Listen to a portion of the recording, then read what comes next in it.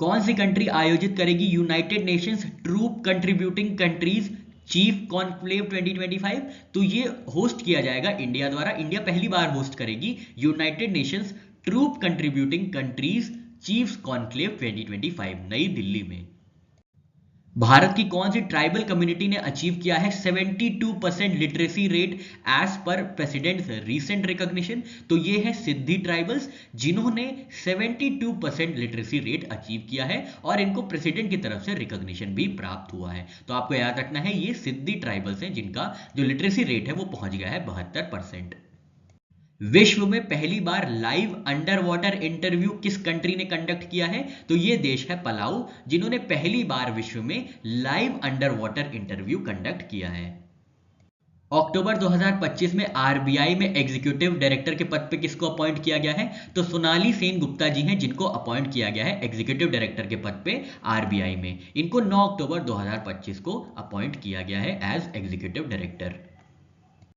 Wholesale central bank digital currency के माध्यम से फाइनेंशियल एसेट्स को टोकनाइज करने के लिए आरबीआई ने कौन सा एक नया प्लेटफॉर्म जारी किया है? तो यह प्लेटफॉर्म है यूनिफाइड मार्केट इंटरफेस, जिसकी मदद से क्या होगा, फाइनेंशियल एसेट्स को टोकनाइज किया जाएगा।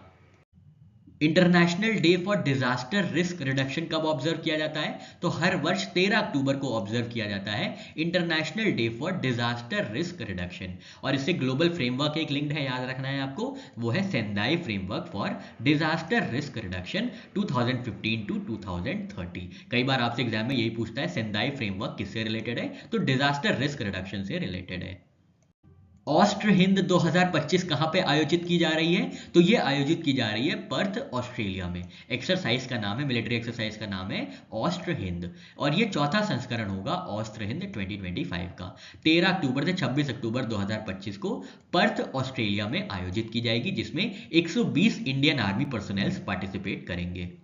2025 के इंटरनेशनल रेंजर अवार्ड्स में कितने रेंजर्स और टीम्स को सम्मानित किया गया है? तो 13 रेंजर्स को सम्मानित किया गया है 13 देशों से इंटरनेशनल रेंजर अवार्ड्स 2025 में।